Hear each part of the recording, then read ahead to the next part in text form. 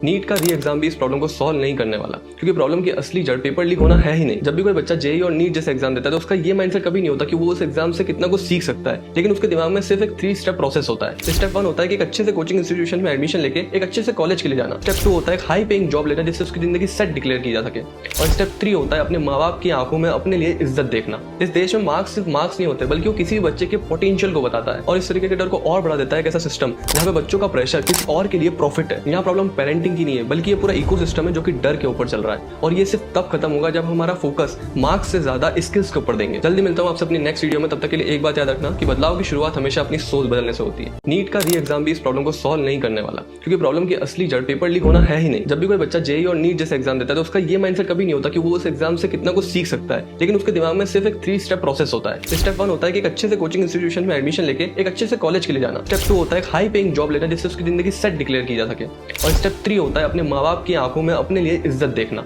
इस देश में मार्क्स सिर्फ मार्क्स नहीं होते, बल्कि वो किसी भी बच्चे के पोटेंशियल को बताता है और इस तरीके के डर को और बढ़ा देता है एक ऐसा सिस्टम जहाँ पे बच्चों का प्रेशर किसी और के लिए प्रॉफिट है। यहाँ प्रॉब्लम पेरेंटिंग की नहीं है, बल्कि ये पूरा इकोसिस्टम है जो कि डर के ऊपर चल रहा है। और ये सिर्फ तब खत्म होगा जब हमारा फोकस मार्क्स से ज्यादा स्किल्स के ऊपर देंगे। जल्दी मिलता हूँ आपसे अपनी नेक्स्ट वीडियो में। तब तक के लिए एक बात याद रखना कि बदलाव की शुरुआत हमेशा अपनी सोच बदलने से होती है।